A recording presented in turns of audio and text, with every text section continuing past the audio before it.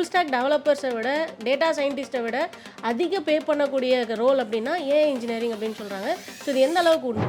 அதாவது இப்போ இருக்கக்கூடிய மார்க்கெட் ட்ரெண்ட் படி பார்த்தீங்கன்னா ஏஐ இன்ஜினியர் அப்படிங்கிறது ஃபாஸ்டஸ்ட் க்ரோயிங் ஜாபாக இருக்குது. ஆனால் ஃபாஸ்டஸ்ட்டாக நம்ம சேலரி இன்க்ரீஸ் ஆகணும் அப்படின்னா எந்தெந்த மாதிரி ஸ்கில்ஸ் எல்லாம் நம்ம டெவலப் பண்ணணும்? இதுக்கு டிகிரி முக்கியமா இல்லை ஸ்கில்ஸ் மட்டும் இருந்தால் போதும்? ஆக்சுவலாக டிகிரி அப்படிங்கிறது இப்போ இருக்கக்கூடிய எந்த ஐடி கம்பெனிஸ்லேயுமே வந்து வெறும் அந்த ஃபில்டர் பண்ணுறதுக்கான ஒரு ரோலை மட்டும்தான் யூஸ் பண்ணுறாங்க அந்த டிகிரி அப்படிங்கிறத. ஸோ ஃப்ரெஷர் வந்து இப்போ வந்து ஒரு ஸ்கில்லை வந்து டெவலப் பண்ணணும்னு ஆசைப்பட்றாங்க அப்படின்னா 2027 ஸோ அதுக்கான ஒரு பர்ஃபெக்டான ரோட் மேப் சொல்லுங்கள். ஓகே, ஸோ உங்களுக்கான ரோட் மேப் என்ன அப்படின்னு பார்த்தீங்கன்னா, ஸோ நான் இங்கே டிஸ்பிளே பண்ணுறேன், அப்படியே பார்த்துக்கோங்க. நான் உங்களோட வெங்கட்டுங்க. வேர்ல்டில் வந்து 250 எக்ஸ்பர்ட்ஸில் நானும் ஒருத்தங்க மைக்ரோசாஃப்டோட ஓனர் கிட்ட இருந்து அவார்டு வாங்கியிருக்கேன். இது இல்லாமல் வந்து நான் ஒரு Microsoft certified, Amazon certified, Oracle certified, Intel certified, NASSCOM certified, IBM certified, international recognise எக்ஸ்பர்ட்டுங்க. ஹெச்ஆர் டெக்னாலஜியோட subject matter expert, sequent knowledge சாம்பியனுங்க and service delivery excellence manager award வாங்கினவங்க. ஐடிக்குள்ள போனோங்களா, கெரியர் கேப் இருக்குது, இல்லை நான் ஐடியில் இருக்கீங்கன்னா வந்து எல்லா சென்டருமே பார்த்தீங்கன்னா வந்து வேலை வாங்கி தருவோம், காசு கொடுங்க, இல்லை வேலைக்கு போன பின்னாடி காசு கொடுங்கன்னு சொல்லுவாங்க. கம்பெனியை ஏமாற்றி வேலை வாங்கி தருவேன்னு சொன்னா வந்து கம்பெனியெல்லாம் ஏமாற்ற முடியாதுங்க. அது உன்னை ஏமாற்றி காசு பறிக்கிறதுக்காக தான் அந்த மாதிரி பண்ணுவாங்க. அவங்களுக்கு தெரியும் அப்படி ஏமாற்றி போனால் 2-3 மாதம் ஒன்று துரத்தி விட்டுருவாங்கன்ட்டு. தயவு செஞ்சு நேர்மையாக வேலைக்கு போகணும்னு நினைங்க. ஸ்கில்லை உண்மையாகவே டெவலப் பண்ணி விடுறவன் கம்பெனி ஏமாற்றி உங்களுக்கு ஏங்க வேலை வாங்கி தரணும்? நேர்மையாக போங்க. உங்களுக்கு எந்த கைடன்ஸ்னா நீங்கள் எனக்கு கான்டாக்ட் பண்ணலாங்க.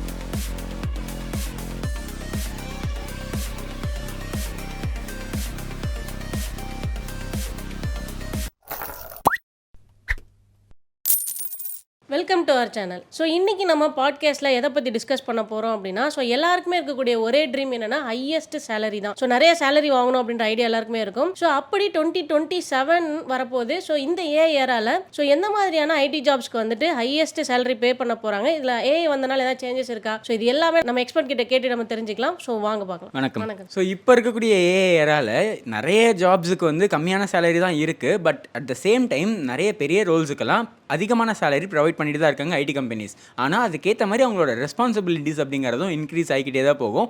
ஸோ உங்களோட ரெப்ரஸன்டேட்டிவாக இருந்து இந்த டவுட்ஸ் எல்லாத்தையும் கிளாரிஃபை பண்ணிக்கிறதுக்கு மனிஷா வந்திருக்காங்க. உங்களோட கேள்வி ஆரம்பிக்கலாம். வீடியோக்குள்ளே போகிறதுக்கு முன்னாடி ஒரு நல்ல இன்ஸ்பைரிங்கான விஷயம் பார்க்க போகிறோம்.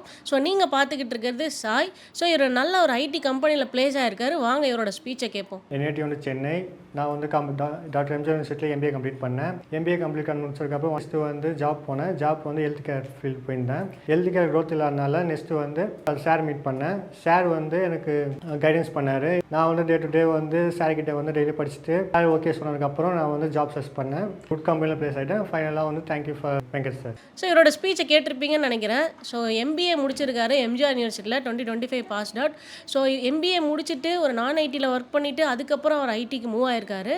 ஸோ கண்டிப்பாக எல்லாருமே நான் ஐடியில் ஒர்க் பண்ணிட்டு இருந்தாலும் சரி, இல்லை நீங்கள் வந்துட்டு படிச்சுக்கிட்டு இருந்தாலும் சரி, ஒரு டிகிரியோ இல்லை உங்கள் கெரியர் கேப்போ ஒரு மேட்டரே கிடையாது. ஸோ ஒரு நல்ல ப்ராஜெக்ட் பண்ணுங்கள்.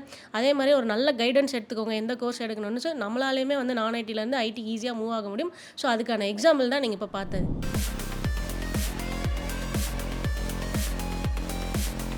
ஸோ இப்போ நான் ஸ்ட்ரைட்டாக பாயிண்ட்டுக்கு வரேன். 2027 ஹையஸ்ட் பேயிங் ஜாப் அதாவது ஐடியில் அப்படின்னா நீங்கள் எதை சொல்லுவீங்க? ஸோ நீங்கள் கேட்ட கொஷனுக்கு ஆன்சர் பண்ணுறதுக்கு முன்னாடி இங்கே நிறைய பேர் ஒரு மித்தை நம்பிக்கிட்டு இருக்காங்க. அதாவது இங்கே டெக்னாலஜிஸ் அப்படிங்கிறது அதிகமான சேலரிஸ் கொடுக்கும். அதாவது நான் வந்து ஃபுல் ஸ்டாக் டெவலப்மெண்ட் படிச்சுட்டேன், அது எனக்கு அதிகமான சேலரி கொடுக்குமா, ஜாவா தெரியும் அதிகமான சேலரி அப்படி கிடையாது.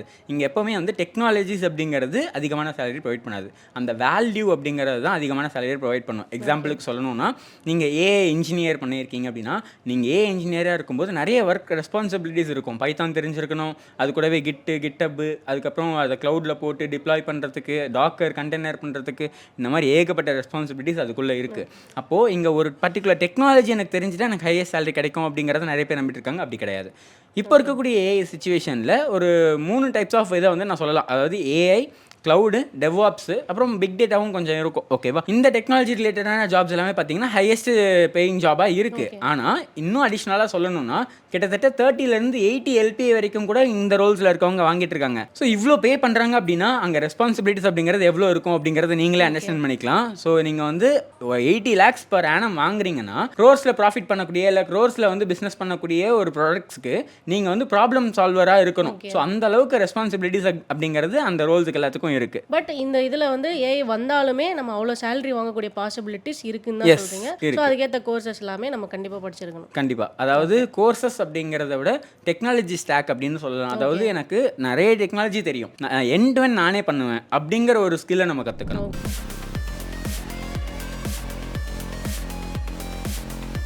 ஸோ நெக்ஸ்ட் கொஸ்டின் என்ன அப்படின்னா, ஸோ ஃபுல் ஸ்டாக் டெவலப்பர்ஸை விட டேட்டா சயின்டிஸ்ட்டை விட அதிக பே பண்ணக்கூடிய ரோல் அப்படின்னா ஏஐ இன்ஜினியரிங் அப்படின்னு சொல்கிறாங்க. ஸோ இது எந்த அளவுக்கு உண்மை?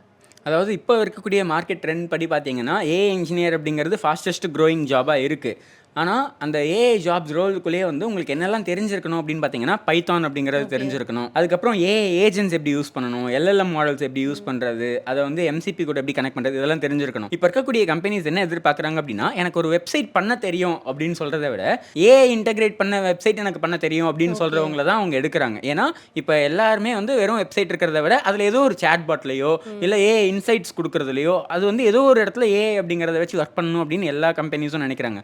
அப்போது ஏஐயும் தெரிஞ்சிருக்கணும் அப்படிங்கிற ஒரு பாயிண்ட் வருது. அதனால தான் ஏஐ இன்ஜினியர் அப்படிங்கிற ரோல் வந்து இப்போது அதிகமான சேலரி கொடுக்கக்கூடிய ரோலாக இருக்குது. அட் த சேம் டைம் இன்னொரு ஆஸ்பெக்டையும் நம்ம பேசி தான் ஆகணும். நார்மலாக ஏஐ இன்ஜினியர் வாங்குற சேலரியை விட ஒரு 7 to 8 years எக்ஸ்பீரியன்ஸ் இருக்கக்கூடிய ஃபுல் ஸ்டாக் டெவலப்பரும் அதை விட அதிகமான சேலரியை வாங்குவாங்க. அப்போ எக்ஸ்பீரியன்ஸ் அப்படிங்கிறதும் நம்ம இப்போ யோசிக்க வேண்டியதாக இருக்குது. ஒரு என்ட்ரி லெவல் ஜாப் போகிறாங்க இல்லை இப்போ தான் ஸ்டார்ட் பண்ணுறாங்க அப்படின்னா ஏஐ இன்ஜினியரில் அதிகமான சேலரி நமக்கு கிடைக்கும். ஓகே.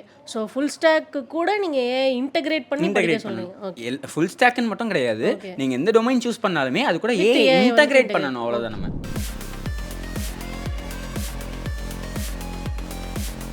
ஸோ நெக்ஸ்ட் கொஸ்டின் என்ன அப்படின்னா, ஸோ ஃபாஸ்டஸ்ட்டாக நம்ம சேலரி இன்க்ரீஸ் ஆகணும் அப்படின்னா என்னென்ன மாதிரி ஸ்கில்ஸ் எல்லாம் நம்ம டெவலப் பண்ணணும்? இதுக்கு டிகிரி முக்கியமா இல்லை ஸ்கில்ஸ் மட்டும் இருந்தால் போதும்? ஆக்சுவலாக டிகிரி அப்படிங்கிறது இப்போ இருக்கக்கூடிய எந்த ஐடி கம்பெனிஸ்லேயுமே வந்து வெறும் அந்த ஃபில்டர் பண்ணுறதுக்கான ஒரு ரோலை மட்டும்தான் யூஸ் பண்ணுறாங்க அந்த டிகிரி அப்படிங்கிறத.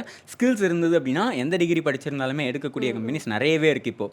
ஸோ இப்போ இங்கே வந்து நீங்கள் என்னென்ன ஸ்கில்ஸ் கற்றுக்கணும் அப்படின்னு நினச்சிங்கன்னா, நான் வந்து கோடிங் சொல்லுவேன்னு எதிர்பார்க்காதீங்க. ஏன்னா இப்போ எல்லாரும் கோடிங் படிக்க ஆரம்பிச்சிட்டாங்க. அதை தாண்டி நமக்கு நிறைய ஸ்கில்ஸ் தேவைப்படுது. என்னென்ன ஸ்கில்ஸ் அப்படின்னு பார்த்தீங்கன்னா, ஒரு கம்யூனிகேஷன், ஒரு கிளைண்ட் கிட்ட நம்ம கம்யூனிகேட் பண்ணுறோன்னா அதுக்கான குட் கம்யூனிகேஷன் வேணும்.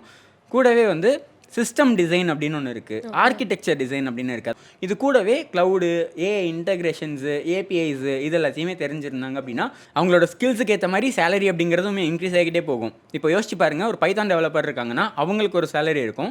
பைத்தான் கூட க்ளவுடும் தெரியும், எனக்கு டிப்ளாயும் பண்ண தெரியும்னா அதுக்கு ஒரு சேலரி இருக்கும். பைத்தான் கூட க்ளவுடை டிப்ளாய் பண்ணி அதை அதுக்குள்ளே ஏஐயும் இன்டெகிரேட் பண்ணக்கூடிய ஒரு சாஃப்ட்வேர் டெவலப் பண்ண முடியும் அப்படின்னு சொன்னாங்கன்னா அவங்களுக்கான சேலரி பேக்கேஜ் இன்னுமே அதிகமாகும். ஸோ அப்போ நம்ம எவ்வளோ ஸ்கில்ஸை லேர்ன் பண்ணிக்கிறோம், அது கூட எப்படியெல்லாம் ஏஐ இன்டெகிரேட் பண்ணுறோம் அப்படிங்கிறது இங்கே ரொம்ப முக்கியம்.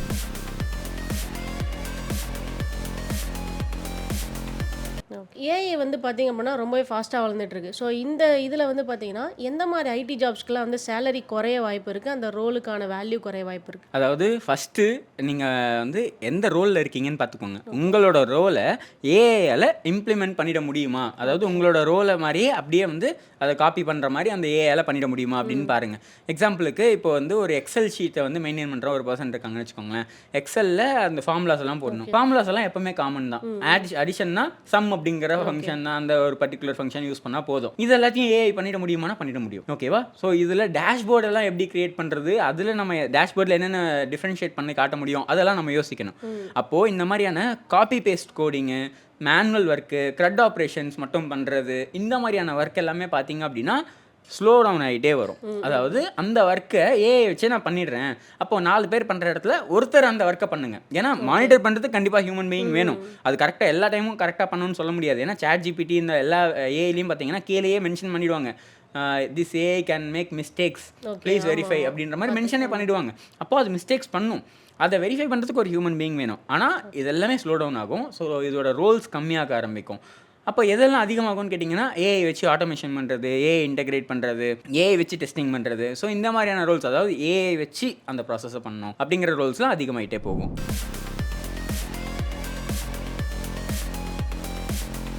ஸோ ஃப்ரெஷர் வந்து இப்போ வந்து ஒரு ஸ்கில்லை வந்து டெவலப் பண்ணணும்னு ஆசைப்பட்றாங்க அப்படின்னா 2027க்குள்ளே, ஸோ அதுக்கான ஒரு பர்ஃபெக்டான ரோட் மேப் சொல்லுங்கள். ஓகே. ஸோ உங்களுக்கான ரோட் மேப் என்ன அப்படின்னு பார்த்தீங்கன்னா, ஸோ நான் இங்கே டிஸ்பிளே பண்ணுறேன், அப்படியே பார்த்துக்கோங்க. ஸோ ஃபர்ஸ்ட்டு ப்ரோக்ராமிங் லாங்குவேஜ் அது எய்தர் பைத்தானாக இருக்கலாம் இல்லை ஜாவாவாக இருக்கலாம். பைத்தான் வந்து பெட்டர் ஆப்ஷன். நெக்ஸ்ட்டு SQL படிச்சிருக்கணும். அதுக்கப்புறம் ஏதாச்சும் ஒரு டொமைன் சூஸ் பண்ணுங்கள். அதாவது AI, full stack, cloud, cyber security, data இன்ஜினியரிங்லேருந்து ஏதாச்சும் ஒன்று சூஸ் பண்ணி படிக்க ஆரம்பிங்க.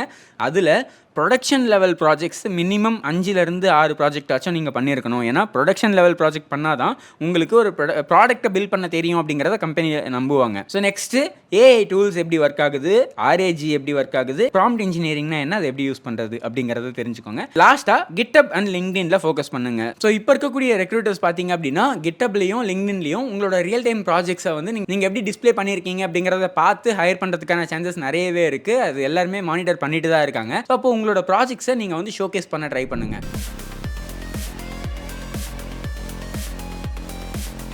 இப்போது இந்த ப்ராடக்டால் நான் ரெடி பண்ணணும், எனக்கு வந்து இந்த டெக்னாலஜிஸ் எல்லாம் தெரியாது, நான் ஸ்டார்ட்லேருந்து எண்ட் வரைக்கும் லேர்ன் பண்ணணும், எங்கே போய் படிக்கணும்னு தெரியல அப்படின்னா ஸோ அதுக்கு தான் நாங்கள் இருக்கோம். இதெல்லாமே நம்ம ப்ரொவைட் பண்ணக்கூடிய கோர்சஸ். இந்த கோர்ஸில் என்ரோல் பண்ணுறது மூலியமா பேசிக்லேருந்து அட்வான்ஸ் வரைக்கும் லேர்ன் பண்ணி அதுலேயே உங்களால் ப்ராஜெக்ட்ஸும் பண்ணிட முடியும். ப்ராஜெக்ட்ஸ் பண்ணுறது மூலியமாக நமக்கு கிடைக்கக்கூடிய கான்ஃபிடன்ஸ் வச்சு ஈஸியாக நம்மளால் ஜாப் போயிட முடியும். ஸோ இந்த ரோலில் நீங்கள் என்ரோல் பண்ணணும் அப்படின்னு நினச்சிங்கன்னா mobile number, email ID and Instagram ப்ரொஃபைலும் கொடுத்துருக்கேன். ஸோ இதில் வேணால் காண்டாக்ட் பண்ணி உங்களுக்கான டீட்டெயில்ஸை கேதர் பண்ணிக்கோங்க. ஸோ இதுக்கான கெரியர் கைடன்ஸ் அப்படிங்கிறதும் நாங்கள் ப்ரொவைட் பண்ணிட்டு இருக்கோம். இந்த வீடியோ உங்களுக்கு கண்டிப்பாக பிடிச்சிருக்கும் அப்படின்னு நினைக்கிறேன். பிடிச்சிருந்தா லைக் பண்ணிட்டு இந்த வீடியோ யாருக்கு யூஸ்ஃபுல்லாக இருக்கும்னு நினைக்கிறீங்களோ அவங்களுக்கு ஷேர் பண்ணி விட்டுருங்க. அண்ட் இதே மாதிரியான யூஸ்ஃபுல்லான வீடியோஸை பார்க்க நம்ம சேனலை மறக்காம சப்ஸ்கிரைப் பண்ணிக்கோங்க. ஸோ நீங்கள் பார்த்துக்கிட்டு இருக்க இந்த டாபிக் ரிலேட்டடாக நிறைய பேர் வந்து FAQ கொஷின்ஸ் கேட்டிருக்காங்க. ஸோ அதுக்கான கொஷின்ஸ் என்ன, ஆன்சர்ஸ் என்ன, இதெல்லாமே இந்த வீடியோவில் பார்க்கலாம். ஸோ ஃபர்ஸ்ட் கொஷின் வந்துட்டு 50 LPA சேலரி வாங்கணும் அப்படின்னா டிகிரி கம்பல்சரியான்னு கேட்டிருக்காங்க.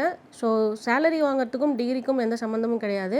ஸோ கம்பெனி என்ன எக்ஸ்பெக்ட் பண்ணுவாங்க அப்படின்னா ஸ்கில்ஸு, எக்ஸ்பீரியன்ஸஸ்ஸு அண்ட் வந்து பிஸ்னஸ்க்கு என்ன இம்பாக்ட் உங்களால் இருக்கும் இதெல்லாம் தான் எதிர்பார்ப்பாங்க. ஸோ டிகிரி மட்டும் அவங்க எதிர்பார்க்க மாட்டாங்க. செகண்ட் ஒன் வந்து ரியல் டைம் எக்ஸாம்பிள் சொல்லுங்கள் அப்படின்னு கேட்டிருக்காங்க. ஃபார் எக்ஸாம்பிள் ஒரு டெவலப்பருக்கு வந்து ஒரு டெக்னாலஜி மட்டும் தெரியுது, இன்னொருத்தருக்கு வந்து பார்த்திங்க அப்படின்னா cloud, AI, system designer and வந்து டெவாப்ஸ் இதெல்லாமே தெரியுது. ஸோ இப்போ கம்பெனிக்கு யார் ரெக்ரூட் பண்ணுவாங்கன்னு உங்களுக்கே தெரியும். கண்டிப்பாக டெவலப்பர் B, அதாவது நிறைய டெக்னாலஜி தெரிஞ்சு வச்சிருக்காரு இல்லையா, ஸோ அவர் தான் செலக்ட் பண்ணுவாங்க. நெக்ஸ்ட்டு வந்து ஸ்டார்ட் அப்பில் சேலரி அதிகமாக, MNCயில் அதிகமாக அப்படின்னு கேட்டிருக்காங்க.